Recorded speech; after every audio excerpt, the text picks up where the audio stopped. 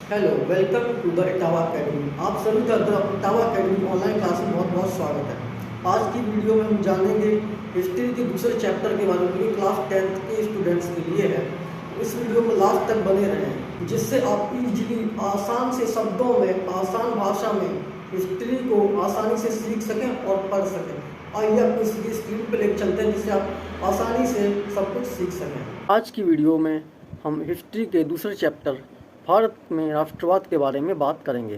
तो इस चैप्टर में हम सारे के सारे इम्पोर्टेंट टॉपिक्स और क्वेश्चन आंसर और बहुविकल्पीय प्रश्न के बारे में देखेंगे और उनको सीखेंगे। तो आइए हम सबसे पहले अपने टॉपिक पे चलते हैं, भारत में राष्ट्रवाद, इसके इंट्रोडक्शन के बारे में, इसके परिचय के बारे में। आखिर हम जानते हैं कि भारत में राष्ट्रवाद क्या होता है और राष्ट्रवाद की परिभाषा क्या है। तो राष्ट्रवाद, जैसा कि मैंने आपको पहले चैप्टर में बताया था, राष्ट्रवाद का मतलब होता है अपने देश के प्रति प्रेम भावना। इसी तरह भारत में भी लोग अपने देश के प्रति प्रेम भावना रखते हैं, अपने भारत देश से बहुत ज़्यादा प्यार करते हैं। तो जब यूरोपीय देशों में राष्ट्रवाद की भावना जागी थी, राष्ट्रवाद का उदय हुआ, जैसे कि पिछले चैप्टर में आपने पढ़ा, ठीक उसी तरह भारत में भी उसी समय राष्ट्रवाद का उदय हुआ था। इसमें आपको पढ़ने को मिलेगा पहले विश्व युद्ध के बारे में, सत्याग्रह के बारे में, रॉलेट एक्ट, असहयोग आंदोलन और अन्य आंदोलनों के बारे में, जो कि हम आगे पढ़ेंगे। चलिए पहले क्वेश्चन की ओर बढ़ते हैं। पहला क्वेश्चन है, राष्ट्रवाद क्या है? भारत में राष्ट्रवाद के कारण लिखिए। आखिर राष्ट्रवाद क्या है? राष्ट्रवाद का मतलब होता है राष्ट्र के प्रति प्रेम। तो यह एक तरह की विचारधारा है जो लोगों की भावनाओं को व्यक्त करती है। लोग यह मानते हैं कि सभी देशों से ज़्यादा अच्छा देश सिर्फ उनका देश है, जिस देश में वो रहते हैं। क्योंकि ये क्या है, अपने देश के प्रति प्रेम है, जिसके कि वो उनको लगता है कि हमारा देश ही सबसे बढ़िया है और सारे के सारे देश हमसे नीचे हैं, लेकिन हमारा देश सबसे अच्छा है। इसी को कहते हैं प्यार भावना या राष्ट्रवाद, अपने देश के प्रति प्यार। और ये भावना किस हिसाब से लोगों में व्यक्त की जाती है, जिसमें कि अन्य तरह तरह की बातें होती हैं, जैसे कि भाषा के आधार पे, धर्म के आधार पे, संस्कृति, सामाजिक मूल्यों के आधार पे। इसका मतलब है जो लोग भारत देश में रहते हैं वो अपने भारत माता से किस किस वजहों से प्यार करते हैं। वो है भाषा, उन्हें अपनी भाषा पे गर्व है। धर्म, उन्हें अपने धर्म पे गर्व है। उन्हें अपनी संस्कृति संस्कार पे गर्व है। वे अपनी सामाजिक वेशभूषा के हिसाब से जो रहते हैं, उन्हें अपनी सामाजिक वेशभूषा पे गर्व है। उन्हें अपने समाज पे गर्व है। इसीलिए सभी लोग अपने देश से प्रेम करते हैं। तो ये क्या है? यह है राष्ट्रवाद, जिसमें कि आप देख सकते हैं, इसमें दिया हुआ है कि जाति राष्ट्रवाद, जाति के हिसाब से राष्ट्रवाद है, विस्तारवादी राष्ट्रवाद है, रोमांटिक राष्ट्रवाद है, सांस्कृतिक राष्ट्रवाद है, भाषा राष्ट्रवाद है, धार्मिक राष्ट्रवाद है, और ये आप देख रहे हैं उत्तर औपनिवेशिक राष्ट्रवाद है, नागरिक राष्ट्रवाद है।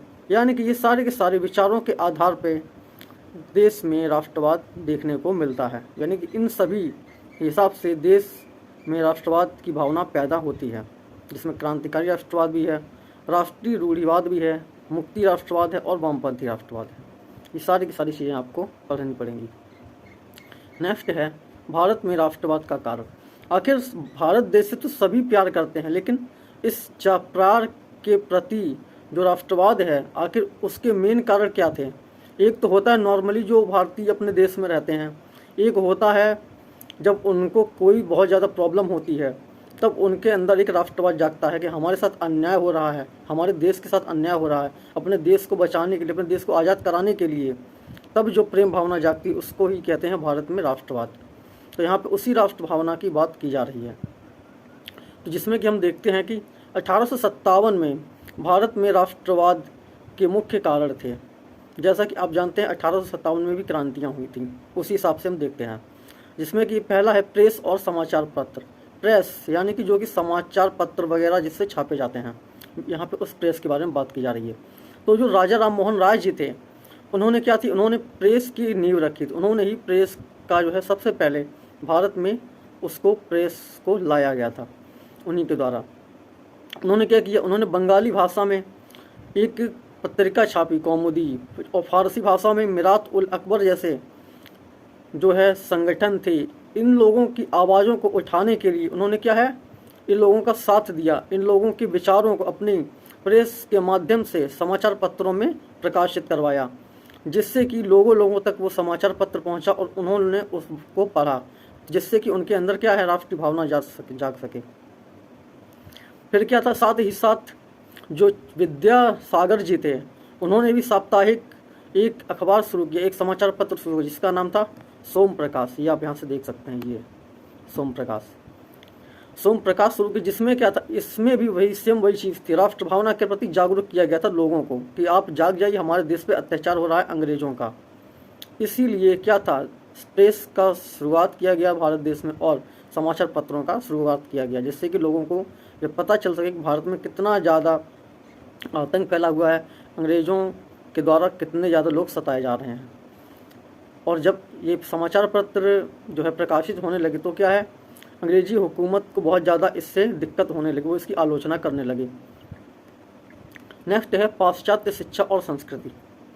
पाश्चात्य शिक्षा और संस्कृति क्या है, जब भारत में अंग्रेज क्या करते थे, वो चाहते थे कि भारतीय भी दूसरे देशों की जो है उसकी भाषा को सीखें।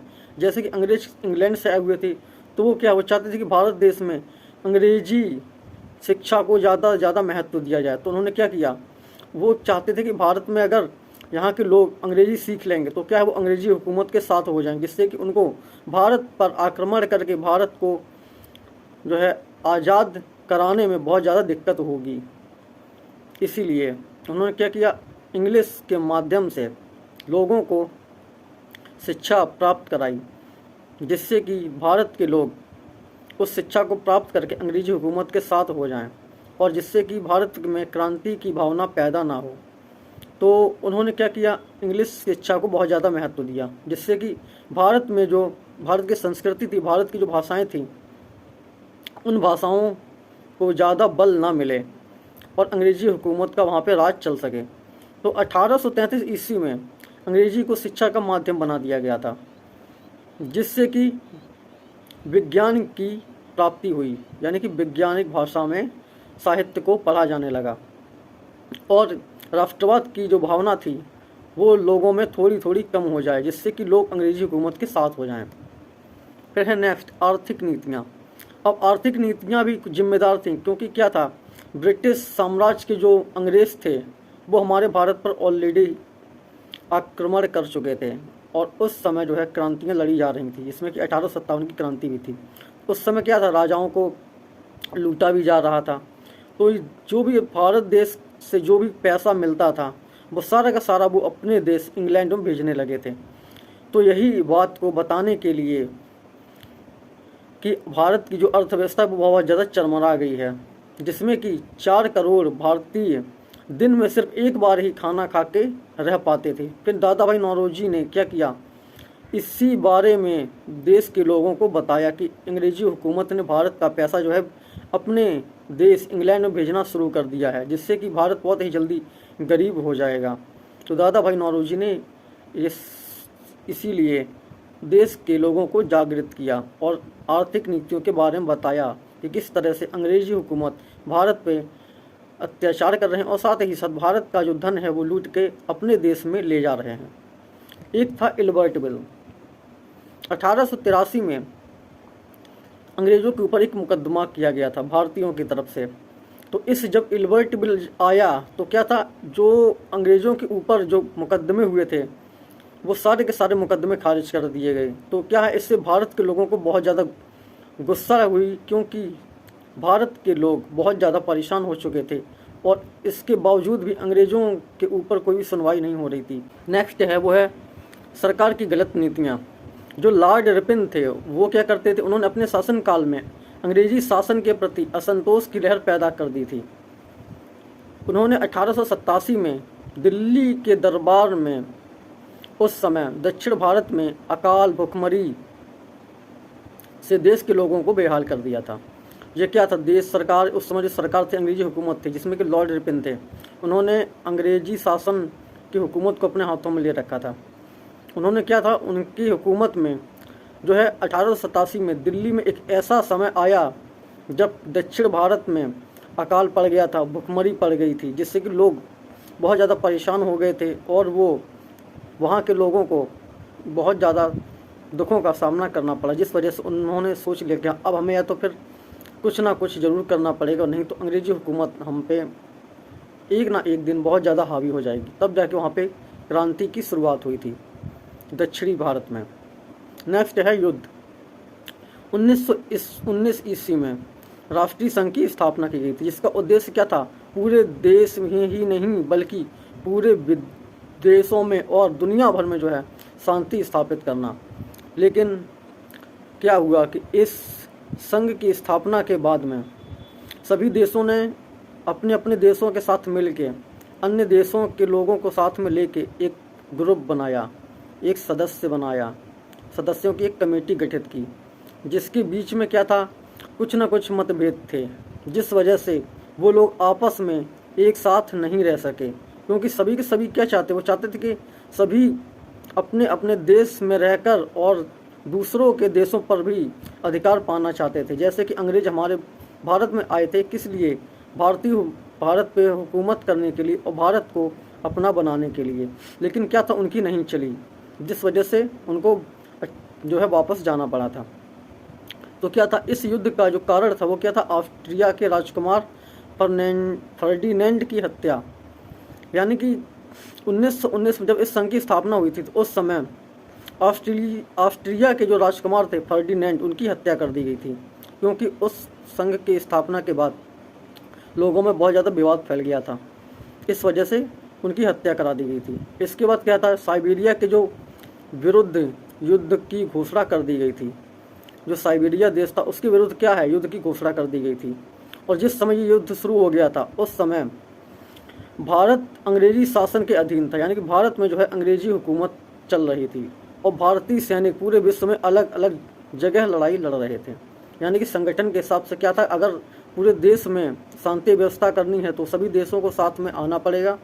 लेकिन क्या था, लोगों में मतभेद हो गया था बहुत ज़्यादा, तो बहुत से लोग इस संघ के खिलाफ हो गए थे। उन्होंने मिलके ऑस्ट्रेलिया के राजकुमार फर्नांडिस की हत्या करा दी गई थी। जिसके बाद क्या था, साइबेरिया में के विरुद्ध जो है युद्ध की घोषणा कर दी गई थी। युद्ध होने के बाद फिर भारत से भी बहुत जो सेना थी, सेना को उस युद्ध में शामिल कर दिया गया था, जिसमें कि बहुत ज़्यादा लड़ाइयाँ हो रही थी। क्योंकि उस समय अंग्रेजी हुकूमत थी और अंग्रेजी हुकूमत के हिसाब से वो अपना मनमानी तरीके से देश की सेना को इस्तेमाल करते थे। इस वजह बहुत ज़्यादा अशांति फैल गई, जिस वजह से भारत में राष्ट्रवाद का उदय हुआ था। चलिए अब देखते हैं निम्नलिखित पर टिप्पणी, जिसमें कि है सबसे पहले सत्याग्रह। आखिर जानते हैं सत्याग्रह क्या है। सत्याग्रह से जैसा कि नाम से ही आपको पता चलता है कि सत्याग्रह यानी सत्य के प्रति आग्रह, सत्य के लिए आग्रह, सत्य के साथ आग्रह। अगर आप किसी भी शब्द का उसका अर्थ निकाल लेते हैं तो आधा से ज़्यादा उस क्वेश्चन का आंसर आप तुरंत ही जान जाते हैं। सबसे पहले कोशिश कीजिएगा जो भी शब्द हो उसके प्रति जो है उसका अर्थ निकालना सीख लीजिएगा।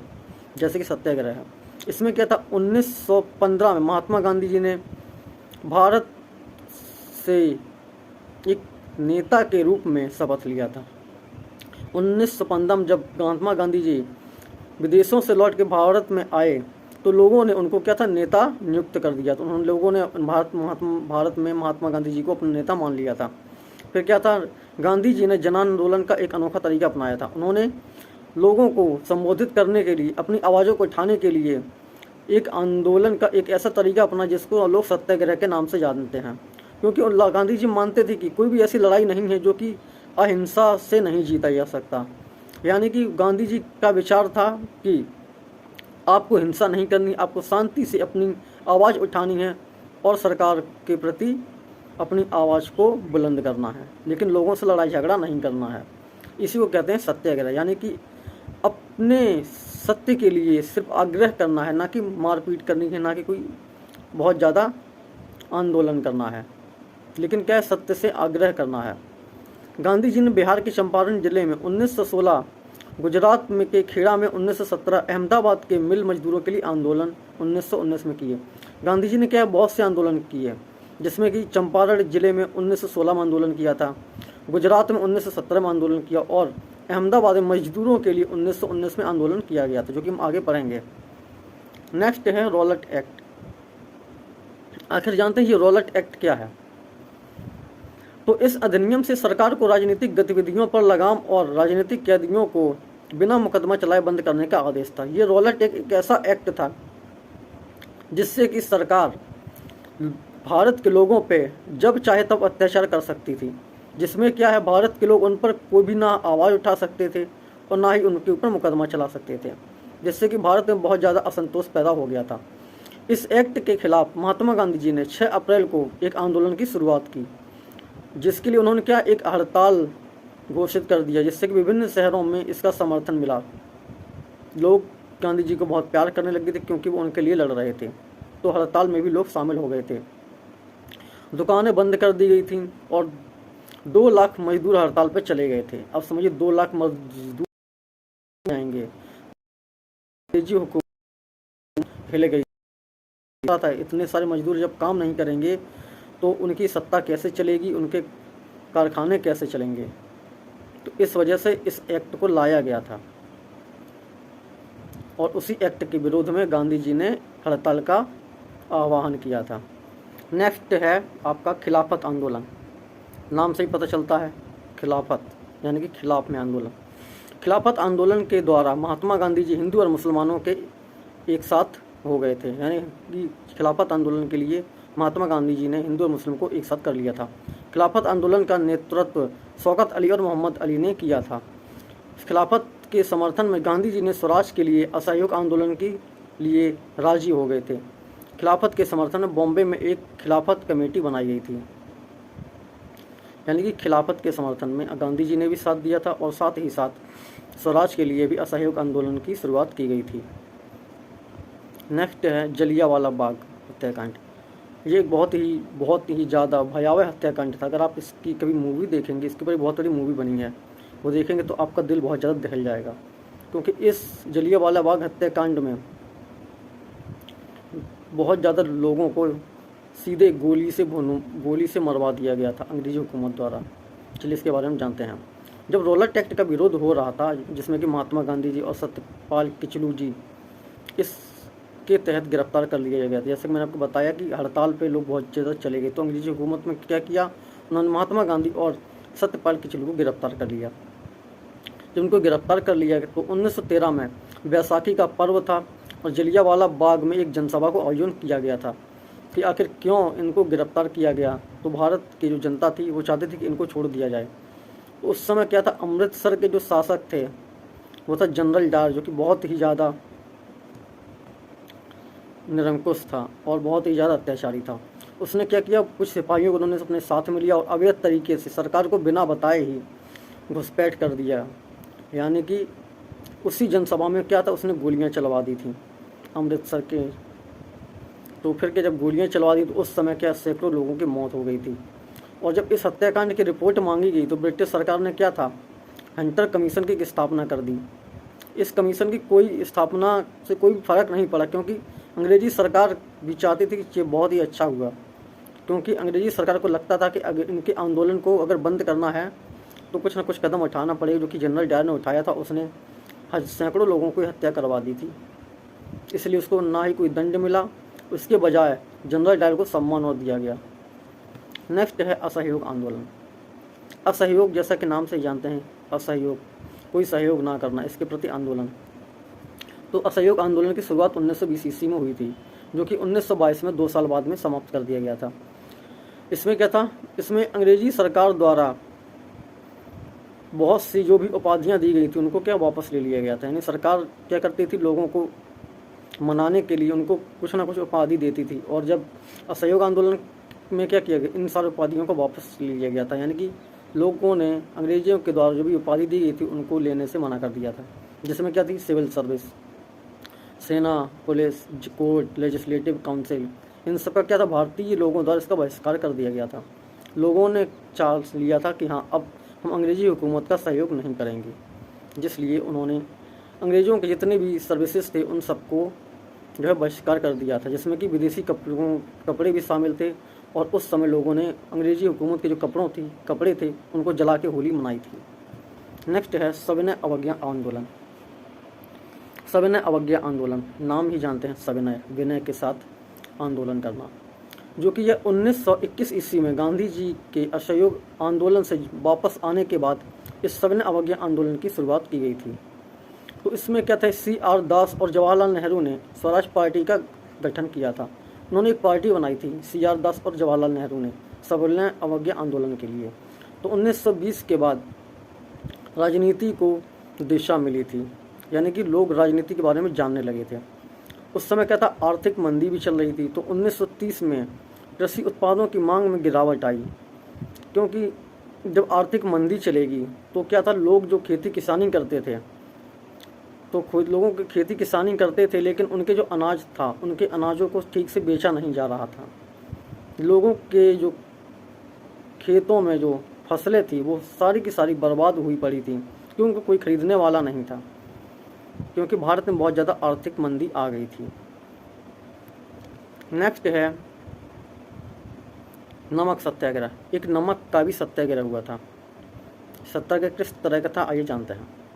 सविनय अवज्ञा आंदोलन नमक सत्याग्रह से आरंभ हुआ था। ये जो सविनय अवज्ञा आंदोलन अभी आपने पढ़ा वो नमक से ही शुरुआत हुआ था, यानी कि नमक के जो आंदोलन हुआ था उसी के साथ ही यह सविनय अवज्ञा आंदोलन का भी शुरुआत हुआ था। अब क्या था, नमक कानून भंग करने के लिए गांधी जी ने दांडी को चुना था। दांडी एक जो स्थान है गुजरात में शायद, तो दांडी की यात्रा की थी महात्मा गांधी जी ने, जिससे कि नमक के प्रति जो सत्याग्रह आंदोलन उसको चलाया जा सके। तो 12 मार्च 1930 को 78 विश्वस्त सहयोगियों के साथ गांधी जी ने साबरमती आश्रम से दांडी यात्रा आरंभ की। महात्मा गांधी जी ने 12 मार्च 1930 को अपनी दांडी यात्रा आरंभ की थी, जिसमें कि उनके 78 सहयोगी भी थे जो कि साबरमती आश्रम में रहने लगे थे। फिर क्या था, 24 दिनों बाद इस लंबी यात्रा के बाद 24 दिनों की इस यात्रा के बाद 6 अप्रैल 1930 को वो दांडी पहुंचे थे, यानी कि उनको दांडी पहुंचने में 24 दिन लग गए थे। फिर वहाँ पहुँच के उन्होंने समुद्र के पानी से नमक बनाया। उन्होंने क्या किया, समुद्र के पानी से नमक बनाया और शांतिपूर्ण अहिंसक ढंग से नमक कानून को भंग कर दिया। उन्होंने कहा हमें नमक आपका नहीं चाहिए, हम समुद्र में जो खारा पानी होता हम उसी से नमक बना लेंगे, उसी से अपने देश के लोगों को नमक मुहैया कराएंगे। इस तरह से नमक का उन्होंने विरोध किया था अंग्रेजी हुकूमत के खिलाफ। नेक्स्ट है साइमन कमीशन। अब जानते हैं साइमन कमीशन के बारे में। तो 1919 का जो एक एक्ट था उसी को कहते हैं साइमन कमीशन। इसमें क्या था, इसके तहत यह निर्णय लिया गया था कि 10 साल के बाद जितने भी सुधार हुए हैं उन सभी का एक मूल्यांकन किया जाए। उसके लिए एक रिपोर्ट बनाई जाएगी जिसमें देखा जाएगा कि 10 साल के बाद क्या क्या और सुधार होना चाहिए। तो इसके लिए क्या था, इंग्लैंड ने भारत में कमीशन भेजा जिसका नाम साइमन कमीशन था। इसके लिए जो भारत में उन्होंने एक बिल भेजा, ठीक, उसका नाम क्या था, साइमन कमीशन। तो 1928 में जॉन साइमन ने इसकी अध्यक्षता की थी और एक आयोग भारत आया। तो उनका जो एक आयोग था वो भारत आया था 1928 में, जिसकी अध्यक्षता की थी साइमन कमीशन ने। इस कमीशन का उद्देश्य था कि भारतीयों के हितों का देखभाल करना। उन्होंने सोचा था कि हाँ, भारत के में जो भी लोगों को, भारतीय नागरिकों को जो भी अधिकार मिलने चाहिए उसका हम देखभाल करेंगे, लेकिन उनका जो मेन मोटिव था वो था भारत के लोगों को जो है अपने साथ मिला के भारत पे राज करना। फिर क्या हुआ, उन्होंने इस तरह से 1928 ईस्वी में साइमन कमीशन को भारत में लाया, लेकिन लोग क्या है इसके लिए तैयार नहीं हुए, भारतीय लोग इसके लिए तैयार नहीं हुए। लोगों ने इसका बहिष्कार कर दिया गया था और उन्होंने नारा दिया था साइमन गो बैक। भारतीय लोगों ने नारा दिया था साइमन गो बैक, साइमन आप वापस जाएं, हम आपके साथ नहीं, हम आपके इस कमीशन के खिलाफ हैं। जिसके लिए क्या था, लोग लाहौर पहुंच गए थे, जिसमें लाला लाजपत राय ने लोगों का साथ दिया था। लाला लाजपत राय जब लोगों का साथ दे रहे थे आंदोलन, साइमन कमीशन के खिलाफ वो जब खड़े थे, आंदोलन कर रहे थे, तो उस समय क्या था, अंग्रेजों ने लाला लाजपत राय के ऊपर लाठीचार्ज कर दिया, जिससे कि लाला लाजपत राय वहाँ पे घायल हुए तो और उनकी वहाँ पे मृत्यु हो गई थी। इस तरह से लाला लाजपत राय की साइमन कमीशन के तहत ही मृत्यु हो गई थी। आप लोग सोचते होंगे इतनी डिटेल में लिख के आप क्यों पढ़ाते हैं, इसका साफ साफ मतलब है, मैं आपको बताना चाहता हूँ कि जो लोग ये वीडियो देखते हैं इसमें से बहुत सारे कैटेगरी के स्टूडेंट होते हैं। कुछ होते हैं जिनको लगता है कि सर आप तो पढ़ा देंगे, समझा देंगे, मैं एग्जाम में लिखूंगा क्या, क्योंकि वो कहते हैं आप में जो भी बताएंगे उसमें क्या कुछ ही बातें हमें आखिरी में याद रहेंगी। इसलिए मैं केस को डिटेल में लिख के लाता हूँ, जिससे कि आप चाहे तो स्क्रीनशॉट ले लें, जिससे कि आप या चाहें डायरेक्ट इस वीडियो को पॉज करके नोट्स बना लें, जिससे आपको क्या है, ये आपको जब चाहे तब आप इससे देख के सीख सकेंगे कि हाँ हमें क्या लिखना है और क्या हमें इसमें समझना है। इसीलिए मैं इतना डिटेल में इस वीडियो को लाता हूँ।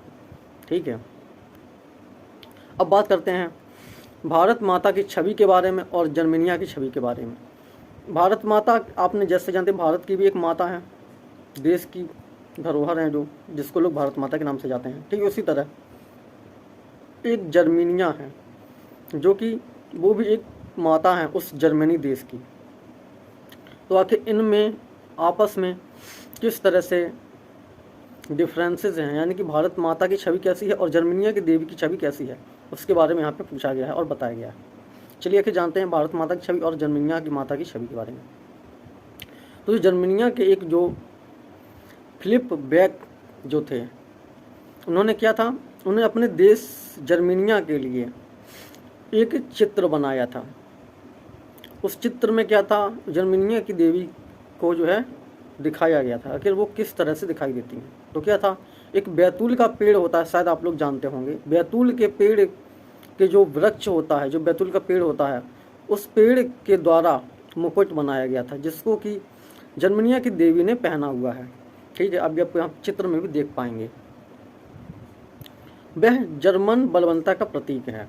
वह जो मुकुट है बैतूल के वृक्ष का, वो क्या है, वो जर्मनी में जो है बलवंता का प्रतीक है। बलवंता मतलब साहस का, जर्मनी के साहस का। और इधर दूसरी तरफ भारत में रविन्द्रनाथ टैगोर जी ने भी क्या किया, अपने भारत माता का रूप दिखाया, यानी कि उन्होंने भी एक चित्र बनाया। इसमें क्या था, उन्होंने भारत माता को दिखाया कि वो क्या है, भोजन दे रही हैं और कपड़े दे रही हैं। कहाँ, भारत के लोगों को। उन्होंने दिखाया कि भारत माता शेर और हाथी के बीच में खड़ी हुई हैं, जिनके हाथों में क्या है, त्रिशूल है। तो यही क्या है, यही छवि है। एक तरफ भारत माता है और दूसरी तरफ क्या है, जर्मनिया की देवी। इसी के बारे में आपको यहाँ पे लिखना पड़ेगा, जैसा कि आपने देखा चित्र के माध्यम से आप समझ सकते हैं। नेक्स्ट है चंपारण आंदोलन। ये आंदोलन बहुत ही इंपॉर्टेंट, इसको जरूर याद कीजिएगा आप लोग। तो क्या है चंपारण आंदोलन। चंपारण आंदोलन 1917 ईस्वी में बिहार के चंपारण जिले में शुरुआत की गई थी। इस आंदोलन का जो शुरुआत है वो कहाँ हुआ था, बिहार के चंपारण में 1917 में। इस आंदोलन में क्या था, बिहार के जो गोरे तिनकटिया लोग थे, उन्होंने एक व्यवस्था चलाई थी जिसको क्या कहते हैं, तिनकटिया। इस व्यवस्था का वहाँ पे प्रचलन हो गया था, जिसमें क्या था, किसान अपनी भूमि का जो 3/20 हिस्सा है, इस हिस्से में ही नील की खेती कर पाएंगे। समझ रहे हैं, मतलब कि 20 एकड़ के सिर्फ तीसरे हिस्से पर ही वो खेती कर पाएंगे नील की।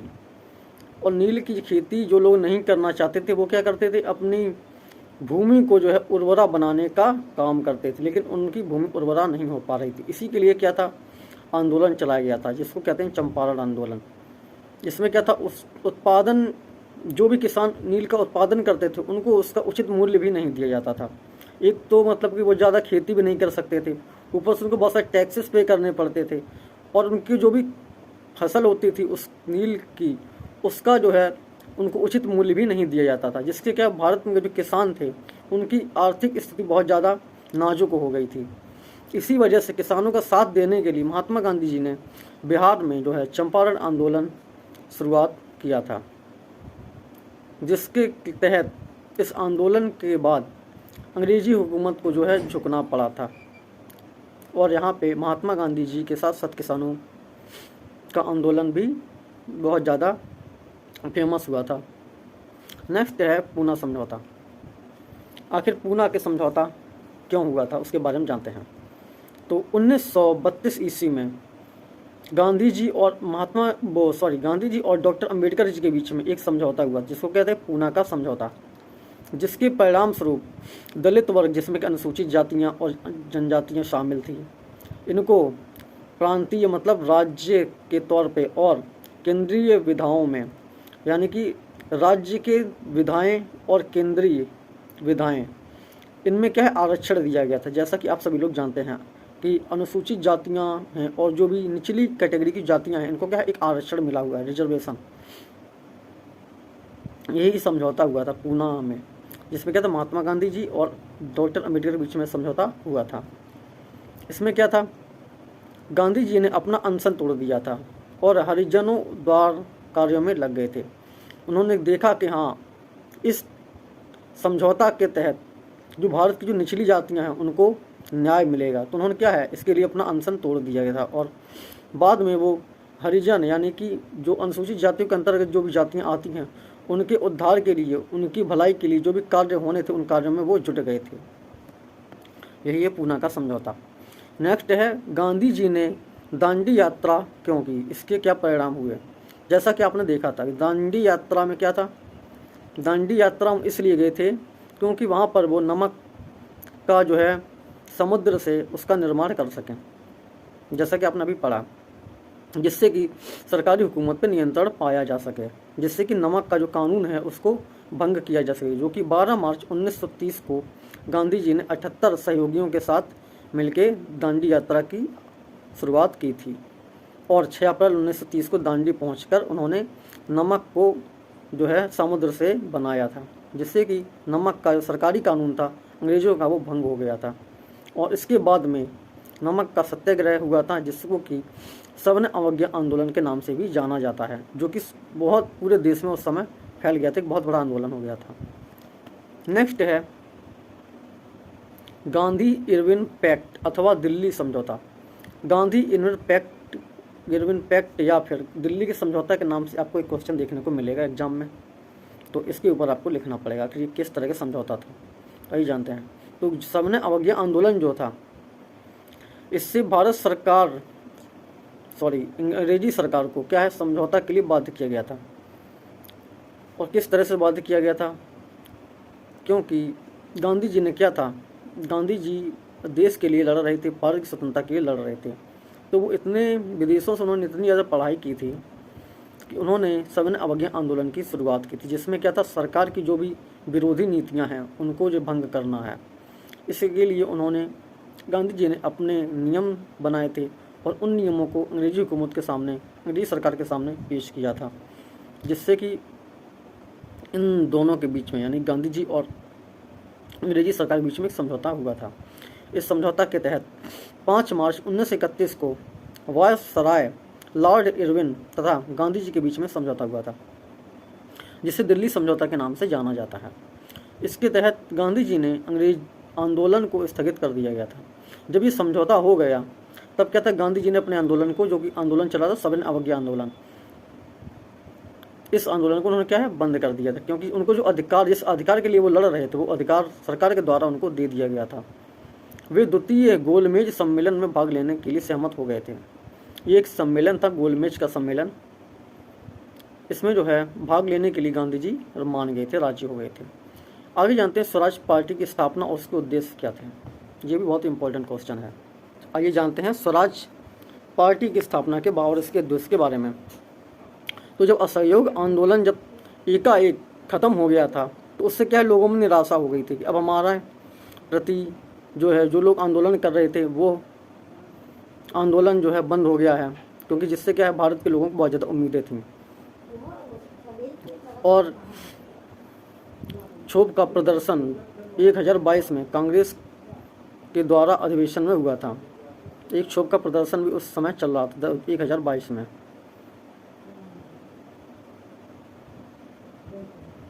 और इस जो क्षोभ का प्रदर्शन था, इसके जो अधिवेशन के जो अध्यक्ष थे वो थे चित्तरंजन दास जी। चित्तरंजन दास और मोतीलाल नेहरू ने कांग्रेस से असहमत होकर पद त्याग करते हुए 1922 ईस्वी में स्वराज पार्टी की स्थापना की थी।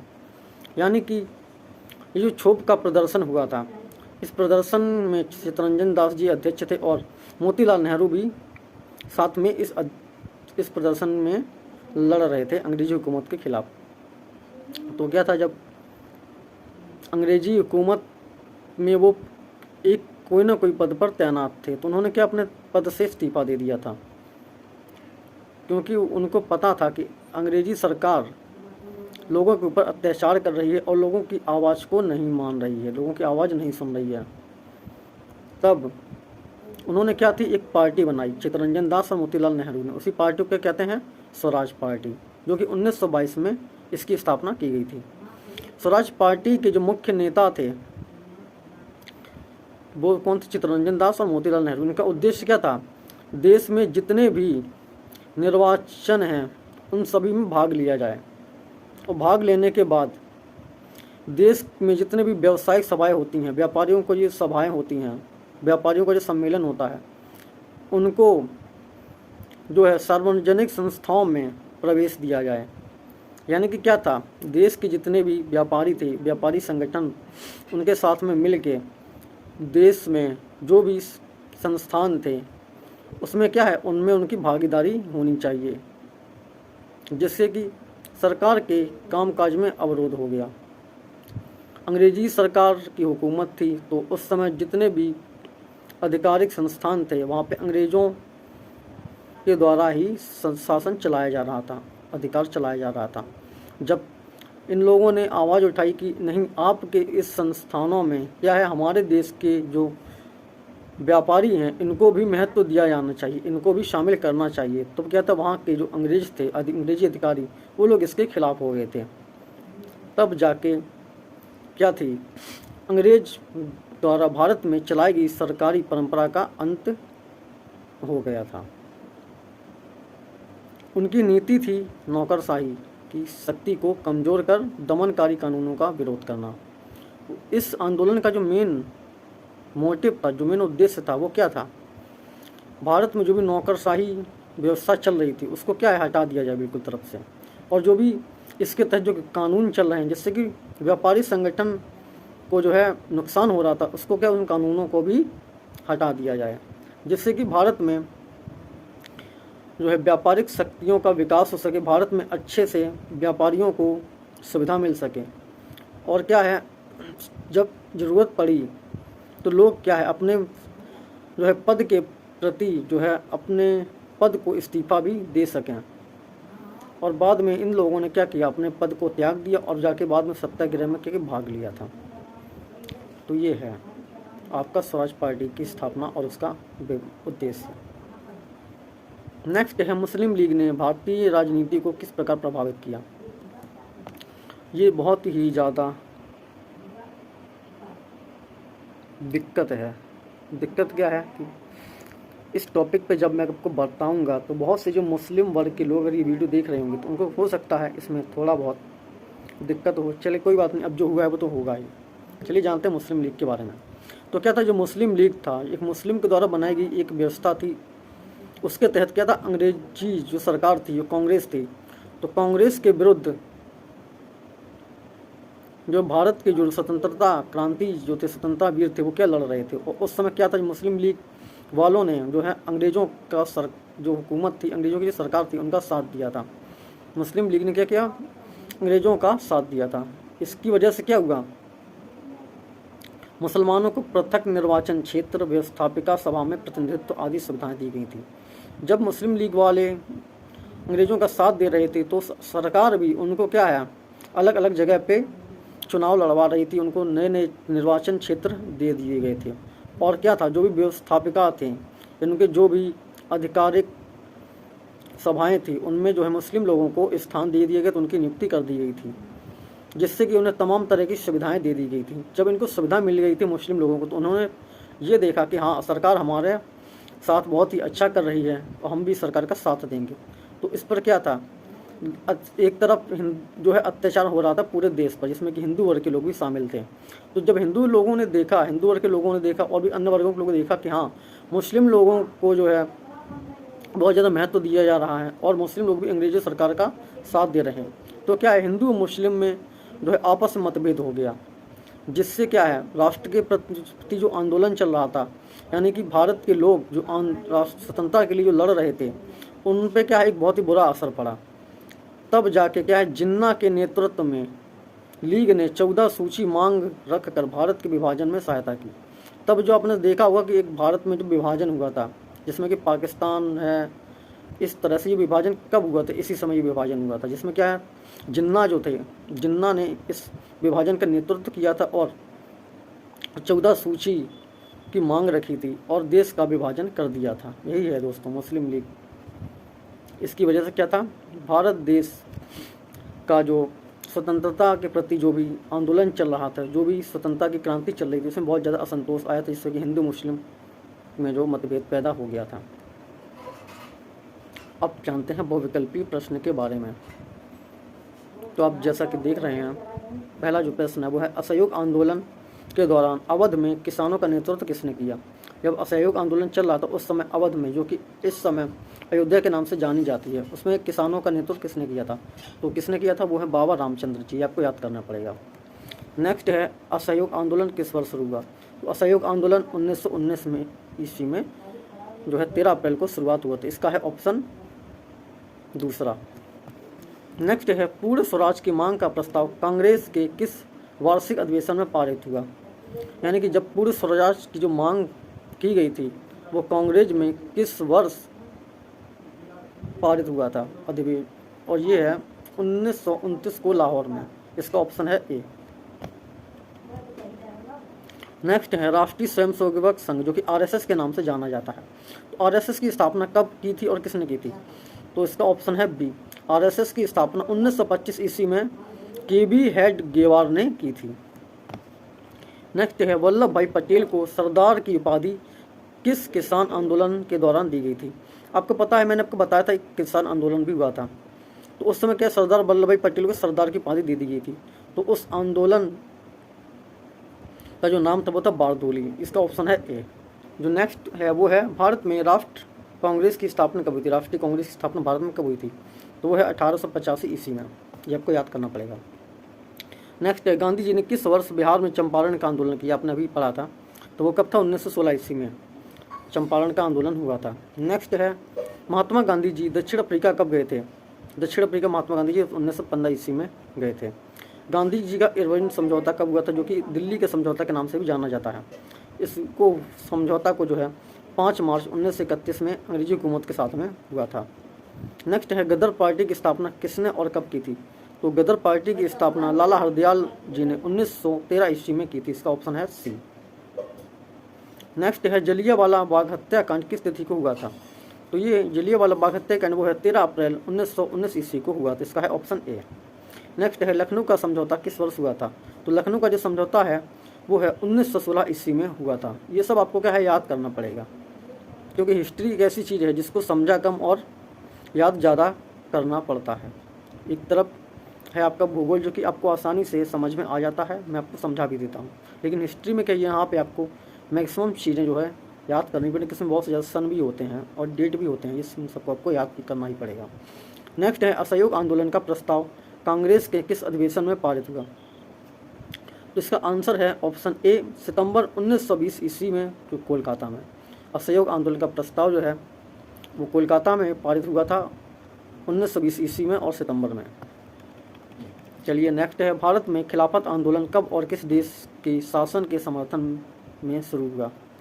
कि भारत में खिलाफत आंदोलन था वो कब हुआ था और किस देश ने इसका समर्थन दिया था। तो ये क्या, इसके जो समर्थन दिया वो है तुर्की देश था और 1920 ईस्वी में इसका शुभारंभ हुआ था। तो इसका ऑप्शन है ए। नेक्स्ट है, सविनय अवज्ञा आंदोलन कब और किस यात्रा से शुरुआत हुई थी। जैसे आपको पता है सविनय अवज्ञा आंदोलन आपने पढ़ा, वो कब हुआ और इसकी यात्रा किसने की और कब की। तो इसका आंसर है ऑप्शन सी, 1930 ईस्वी में दांडी के द्वारा इस यात्रा का जो है शुरुआत किया गया था। ठीक है दोस्तों, तो आज की वीडियो में इतना ही। मिलते हैं आपसे नेक्स्ट वीडियो में। इस वीडियो को आप लोगों को शेयर कर दीजिए, जिससे कि उनको भी हिस्ट्री की ये चैप्टर के बारे में सब कुछ पढ़ सकें और वो समझ सकें। ठीक है, तो आप चैनल को सब्सक्राइब कर लीजिएगा, जिससे कि आपको नेक्स्ट वीडियोज मिल सकें। थैंक यू दोस्तों।